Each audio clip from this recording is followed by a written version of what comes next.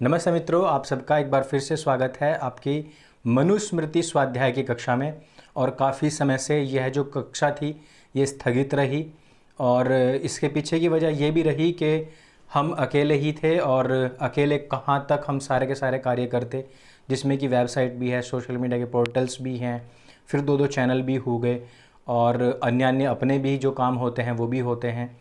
लेकिन अब थोड़ा सा ये हुआ है कि टीम में थोड़ा विस्तार हो रहा है, थोड़ा हमें भी टेक्निकल नॉलेज हुई है और उस समय पर पढ़ाते समय हमें भी कहीं ना कहीं इस बात का आभास होता था कि यदि हम मनुस्मृति पढ़ा रहे हैं तो मनुस्मृति पढ़ाते समय कक्षा इतनी तो कम से कम इतनी भव्य तो हो कि उसको देखने से भी लगे कि हाँ भाई इसमें कुछ सुंदरताएं भी हैं।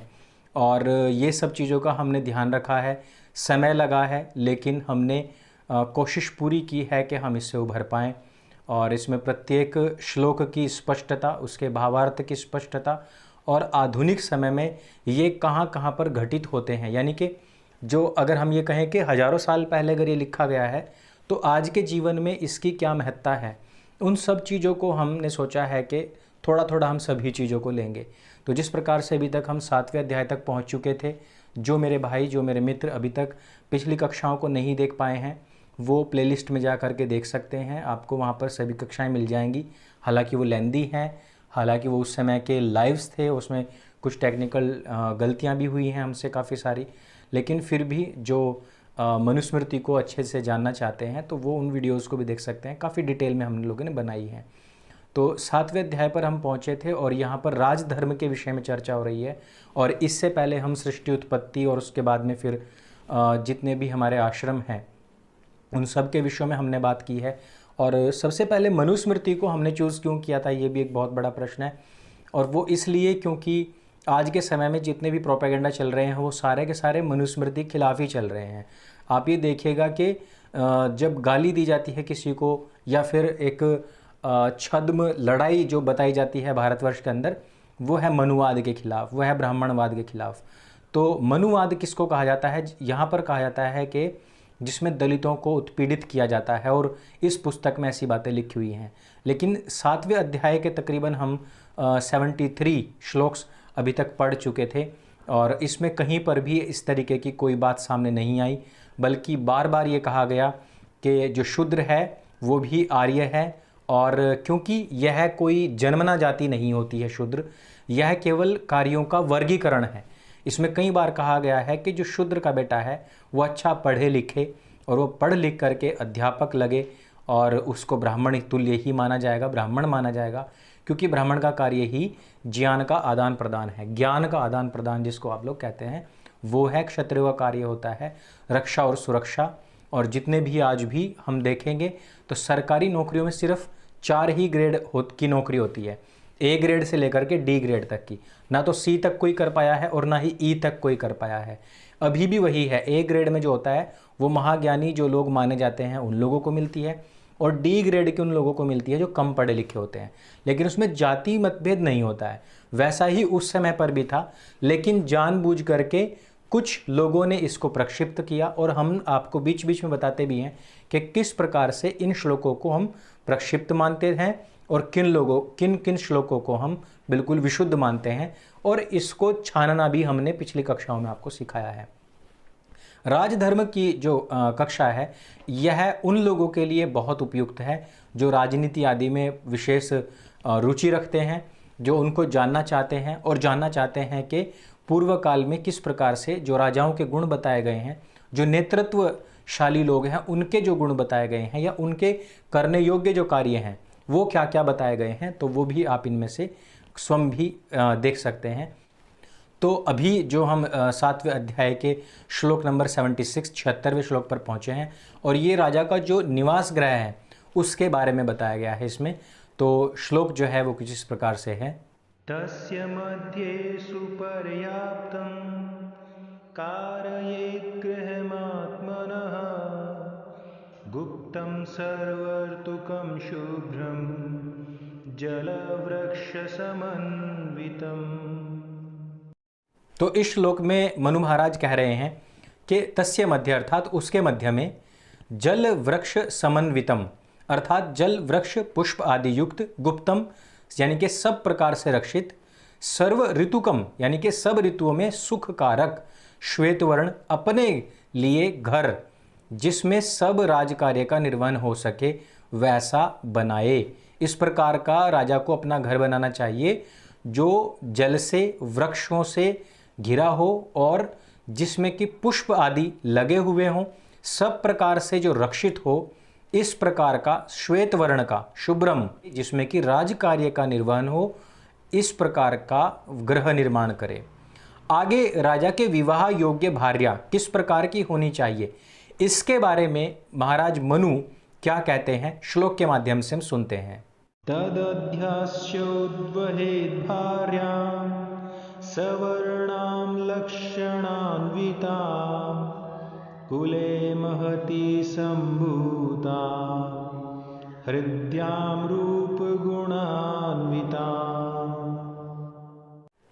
मनु महाराज कहते हैं कि ब्रह्मचर्य से विद्या आदि पढ़ के यहाँ तक राज काज करके उसके पश्चात में सौंदर्य रूप गुणयुक्त, हृदय की अति प्रिय, बड़े उत्तम कुल में उत्पन्न, सुंदर लक्षण युक्त, अपने ही कुल या जैसे कि एक राजा जो होता है वो क्षत्रिय ही कहलाता है, उसी कुल की कन्या हो जो कि अपने सदृश विद्या आदि गुण कर्म स्वभाव से हो, उस एक ही स्त्री के साथ विवाह करे। मैं इसकी डिटेल में बाद में जाऊंगा, आगे पढ़ लेते हैं। दूसरी सब स्त्रियों को अगम्य समझकर दृष्टि से भी ना देखे। अब यहां पर आपने देखा है एक ही स्त्री से विवाह करे, यानी कि हमारे यहां पर जो बहुविवाह है वो नहीं था। जिस प्रकार से श्री कृष्ण जी के विषय में बहुत सारी बातें बताई जाती हैं कि उनकी तो 16,800 रानियां थी, तो वो गलत था। उन्होंने किसी के साथ में भी विवाह नहीं किया था, उन्होंने सिर्फ उनको संरक्षित किया था। जिस प्रकार से उनको बंदी बना करके रखा गया और उनके साथ में बलात्कार जो किया गया उस राक्षस के द्वारा, उसके बाद में उन्होंने कहा कि समाज में हम पूरी तरीके से अस्वीकार्य हो गई हैं, तो ऐसे में हमें कौन अपना नाम देगा, किसके सहारे हम जिएंगे। तो उन्होंने यह कहा कि आज से तुम स्वतंत्र हो पूरी तरीके से और मेरा नाम तुम्हारे साथ रहेगा। तो उसके बाद में यह नहीं था कि वो उनके रनिवास में चली गई थी, जो 16,000 रानियाँ थी वो दासियाँ थी या रानियाँ थी या जो बंदी थी, कुछ भी उनको कह सकते हैं, वो इस प्रकार से नहीं था। उनकी एक ही भार्या थी, उनका नाम रुक्मिणी जी था। और आप यदि महाभारत पढ़ेंगे, विशुद्ध महाभारत, तो उसमें भी आपको कहीं पर भी किसी अन्य महिला का, अन्य स्त्री का नाम नहीं दिखाई देगा। और आगे कहा गया है कि दूसरी सभी स्त्रियों को अगम्य समझ करके, यानी कि वो किसी भी प्रकार से वर्णीय नहीं है, इस प्रकार की समझ करके ही उसी पवित्र दृष्टि से, उसी पवित्र भाव से उनको देखे। अब यहाँ पर यह बात आएगी कि यहाँ पर कहा गया है कि क्षत्रिय कुल की कन्या से ही विवाह करे। यदि आप ज्ञानी हैं तो आप क्षत्रिय कुल की लड़की से या क्षत्रिय गुणों की लड़की से यदि विवाह करेंगे तो आप में हमेशा खटपटी रहेगी। यदि आप उच्चतम विद्वान व्यक्ति हैं तो उस समय पर आपके मन के अंदर जो विचार होंगे वो ऐसे होंगे कि आप संतों की भी सेवा करेंगे, आप आने जाने वाले प्रत्येक व्यक्ति की भी सेवा करेंगे।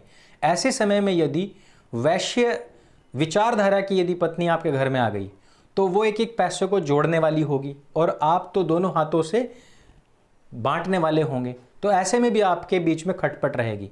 यदि आप क्षत्रिय हैं, अर्थात आप नेतृत्व करने वाले हैं, जो नेतृत्व करते हैं वो लाठी डंडे खाने से नहीं डरते हैं, वो सबसे आगे आगे चलते हैं नेतृत्व करने वाले लोग। यदि ऐसे में उनकी पत्नी जो है वो बहुत डरपोक आ गई तो आपको ना खुद निकलने देगी और ना ही स्वयं कहीं निकलेगी, तो आपका जो नेतृत्व करने का सपना है वो घर के घर में ही बंद होकर के रह जाएगा। तो इस प्रकार से अपनी समझ की ही लड़की से विवाह करना चाहिए और एक दूसरे को देख करके, एक दूसरे को समझ करके ही विवाह करना चाहिए। तो इस प्रकार की इतनी उच्च दृष्टि मनु महाराज की है, जिसको आज भी हमारा समाज एक्सेप्ट नहीं कर पाया है पूरी तरीके से। लेकिन जब जब भी मनु महाराज के ऊपर सवाल उठता है, यही जो आज जिसको हम हिंदू समाज कहते हैं, यही सबसे पीछे चला जाता है। मनुस्मृतियों को जलाया जाता है, अपमान होता है, मनुवाद के ऊपर आघात किया जाता है। आप ये समझ लीजिए कि मनुवाद है क्या, ये है मनुवाद। अब हम थोड़ा सा आगे बढ़ते हैं कि जो राजभवन में निवास करके उसके बाद में पुरोहित का वर्ण और उसके कर्तव्य क्या हैं, इसके विषय में मनु महाराज बता रहे हैं। पुरोहितं प्रकुर्वीत वृणुयादेव चरद्विजः ते अस्य गृह्याणि कर्माणि कुर्युर्वेतानि कानि च। मनु महाराज कह रहे हैं पुरोहितम च ऋत्विजम वृणुयात एव प्रक्रुवीत, अर्थात पुरोहित एवं ऋत्विक का स्वीकार इसलिए करे कि वे, ते कहा है वे, गृह्याणि च वैतानिकानि अस्य कर्माणि कुर्युः, अर्थात अग्निहोत्र और पक्षेष्टि आदि सब राजघर के कर्मों को करें और आप सर्वदा राजकार्य में तत्पर रहें। अर्थात जो ब्राह्मणों का कार्य है, जो यहाँ पर जो बताया गया है, पुरोहित और ऋत्विक, ये सब लोग जो ग्रह के कार्य हैं, जो अग्निहोत्र आदि हैं, या फिर जो पक्ष के ऊपर, जो पक्ष इष्टि के ऊपर जो जितने भी हवन आदि होते हैं, होम आदि होते हैं, उन सब को वो करते रहें। राजा का काम है केवल और केवल अपने जो राज कार्य हैं उनमें ही तत्पर रहे, यह नहीं कि प्रतिपल वो अपना हवन कुंड पर ही बैठा रहे, हर समय वो पूजा पाठ में ही लगा रहे, यह कार्य नहीं है राजा का। जो उसका करणीय कार्य है वो प्रातः काल में होता है थोड़ा सा, उसके बाद में जो जनता है वही उसके जनार्दन है और उसकी सेवा ही, उस जनता की सेवा ही उसके लिए सबसे बड़ी पूजा है। आगे मनु महाराज इसी में ही आगे कहते हैं, यजेत राजा क्रतुर्भिः विविधैराप्त दक्षिणैः धर्मार्थं चैव विप्रेभ्यो दद्यात् भोगान् धनानि च। राजा के लिए, अर्थात राजा बहुत दक्षिणा वाले अनेक यज्ञों को किया करे, धर्म के लिए विद्वान ब्राह्मणों को भोग्य वस्तु और दान भी दिया करे। इसके पीछे बहुत सारा जो आजकल हम लड़ाई देखते हैं, वो कहते हैं कि जो ब्राह्मण है वो तो दान पर ही जीवित है। और ये देखिए मनु महाराज ने स्वयं भी कहा है यजेत राजा श्लोक में कि जो राजा है वो अपने ब्राह्मणों को इस प्रकार से दान दिया करे। लेकिन यहाँ पर हमें यह देखना होगा कि यहाँ पर विद्वान ब्राह्मणों को कहा गया है। विद्वान ब्राह्मण कौन है? विद्वान ब्राह्मण वो है जो हमेशा आपको सही राह ही दिखाता है, जो आपको कभी भी अंधविश्वास में नहीं धकेलता है। मैं आपको बार बार इस बात को पिछले 7 अध्यायों से बताता आ रहा हूं कि हमारा जो संविधान है मनुस्मृति, इससे कई देशों तक में यहाँ से नीतियाँ ली गई हैं, यहाँ से नीतियों का विस्तार हुआ है। यहाँ तक कि जो अंबेडकर स्वयं बाद में मनु के विरोधी स्वयं को बताते रहे, वो भी विक्षिप्त श्लोकों को ही जलाते रह गए। और जितना भी उन्होंने साहित्य लिखा है मनुस्मृति के खिलाफ, वो सारा का सारा विक्षिप्त श्लोकों पर ही लिखा है। यह बहुत बड़ी विडंबना है कि इतने बड़े विद्वान कहे जाते थे अंबेडकर साहब, लेकिन उन्होंने भी इसके जो विक्षेप थे उनको, जो कि बहुत आसानी से पकड़े जा सकते थे, उनको नहीं पकड़ा और मनुस्मृति के विषय में बहुत सारी बातें कहीं। अब अगर हम देखें यहाँ पर कि जो विद्वान हैं, तो विद्वान तो बाबा साहब अंबेडकर भी थे, एक बहुत अच्छे विद्वान थे, लेकिन क्या उनको उस टाइम पर प्रोन्नतियाँ नहीं दी गई? उनके चुनाव हारने के बावजूद भी उनको प्रोन्नति दी गई, उसके बावजूद भी उनको उनकी जो काबिलियत थी उसको समझा गया और उनको एक अच्छा पद भी दिया गया। इसी प्रकार से स्वयं हमने भी देखा है कि जो जाति से आजकल जिनको हम एससी कहते हैं, ऐसे ऐसे हमने विद्वान देखे हैं जिनके पास में बहुत अच्छा अच्छा ज्ञान है और लोग आकर के उनके पैर चरण स्पर्श करते हैं। तो इसी प्रकार से जो मनु महाराज का जो कहना है वो यही है कि जो ब्राह्मण हैं, ब्राह्मण उसी को कहा जाता है जिसने ब्रह्म को जान लिया है। और पूरी की पूरी मनुस्मृति में कहीं पर भी ब्राह्मण उसको नहीं कहा गया है जो पत्थर की मूर्ति के सामने माथा पटकता हो, जो पत्थर की मूर्ति के सामने दान दक्षिणा लेकर के लोगों का बेवकूफ़ बनाता हो। ऐसा कहीं पर भी नहीं कहा गया है पूरी मनुस्मृति में। इस प्रकार से यदि कोई आपको मनुस्मृति में इस प्रकार की बातें दिखाने का प्रयास करे तो हमने उसके लिए जो मनुस्मृति सुरेंद्र कुमार जी की है, वह मनुस्मृति, उसमें सारे के सारे जितने भी प्रक्षेप हैं उनको आप डायरेक्ट पकड़ सकते हैं। तो उन लोगों को अवश्य उसको भेंट करें, और हमने इसकी PDF भी आप लोगों को लिंक में डिस्क्रिप्शन में दी है, उससे भी आप उनको डाउनलोड करके दे सकते हैं कि आप उनको बताइए कि किस प्रकार से ये श्लोक प्रक्षिप्त हैं। और इतना आसान है इन प्रक्षेपों को ढूंढना कि कोई बच्चा भी एक बार देखे तो उसको जान सकता है। सांवत्सरिकम् आप्तेश्च राष्ट्र आहारयेद् बलिम् स्याच्च आम्नाय परो लोके वर्तेत पितृवत् नृषु। अब 7वें अध्याय के 80वें श्लोक में बहुत अच्छी बात कही गई है। यह टैक्स के ऊपर है, कर के ऊपर है। यहां पर मनु महाराज इस श्लोक में कहते हैं सांवत्सरिकम बलिम, अर्थात जो वार्षिक कर है आप तो पुरुषों के द्वारा ग्रहण करे, और जो सभापति रूप राजा आदि प्रधान पुरुष हैं वे सब के सब आमनाय परह, सभा वेदानुकूल होकर के प्रजा के साथ पिता के समान वर्तें। इस प्रकार से यहां पर कहा गया है, अर्थात वर्ष में एक बार जितने भी जो अमीर लोग हैं उनसे टैक्स लिया जाना चाहिए, उनसे टैक्स लें, और जो अपने सभापति जो लोग हैं उनके माध्यम से लेवे। और जितने भी लोग हैं, देखिए इसमें कितनी अच्छी बात कही गई है लास्ट में, पितृवत नृषुहु, यानी कि जितने भी नर हैं वो राजा को कैसे वर्तें, पितृवत, पिता के समान, क्योंकि वह ही हमारा पालन करता है।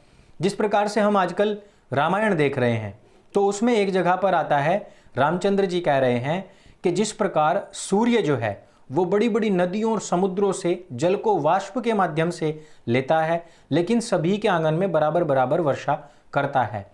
यही कार्य है एक राजा का भी। जो बड़े बड़े समुद्र हैं, अर्थात जो बड़े धनपति लोग हैं, उन लोगों से टैक्स लेवे, और सब जितना भी उसके जो प्रजा है उस सब में बराबर बराबर उसका प्रयोग करे, अर्थात सबके आंगन में वर्षा होनी चाहिए।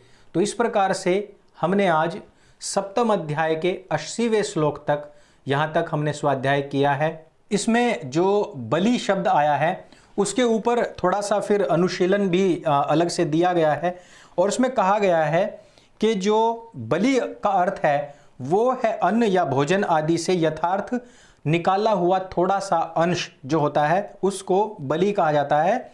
जिस प्रकार से बलि वैश्व देव यज्ञ भी होता है, जो हम भोजन बनाने के बाद में अग्नि पर थोड़ा सा डालते हैं। इसी प्रकार से कई स्थान पर यह भी बताया गया है कि भोजन में सबसे पहला जो स्थान होता है वो गाय के लिए है, लास्ट में कुत्तों के लिए भी होता है, और सबसे पहली जो थाली होती है वो या तो घर के बुजुर्ग के लिए या फिर जो बीमार व्यक्ति है, और यदि घर में अतिथि आए हुए हैं तो उनके लिए होती है। इसी प्रकार से जब इनकम होती है तो भारत में अभी भी यह नियम है कि उसमें से पहला जो नोट होता है वो निकाल करके रख दिया जाता है, ताकि वो कहीं पर भी, जहाँ पर भी उनकी आस्था है वहाँ पर दान आदि उसका दिया जा सके। तो बलि इसी को कहा गया है, ना कि किसी जानवर की हत्या को। तो अगर इसमें आपका कोई भी प्रश्न हो तो वो आप हमें satysanatan007@gmail.com पर भेज सकते हैं। वहाँ से हम उन सभी क्वेश्चंस को भी लेंगे, और आगे इसी प्रकार से हम नियमित रूप से सभी पुस्तकों को यहाँ पर आकर के आप लोगों से उनके श्लोक और उनके अर्थ, भावार्थ और समसामयिक उनकी महत्ता को भी आपके साथ में साझा करते रहेंगे। आपका बहुत बहुत धन्यवाद। मेरे संग बोली सत्य सनातन वैदिक धर्म की जय। जय हिंद, वंदे मातरम।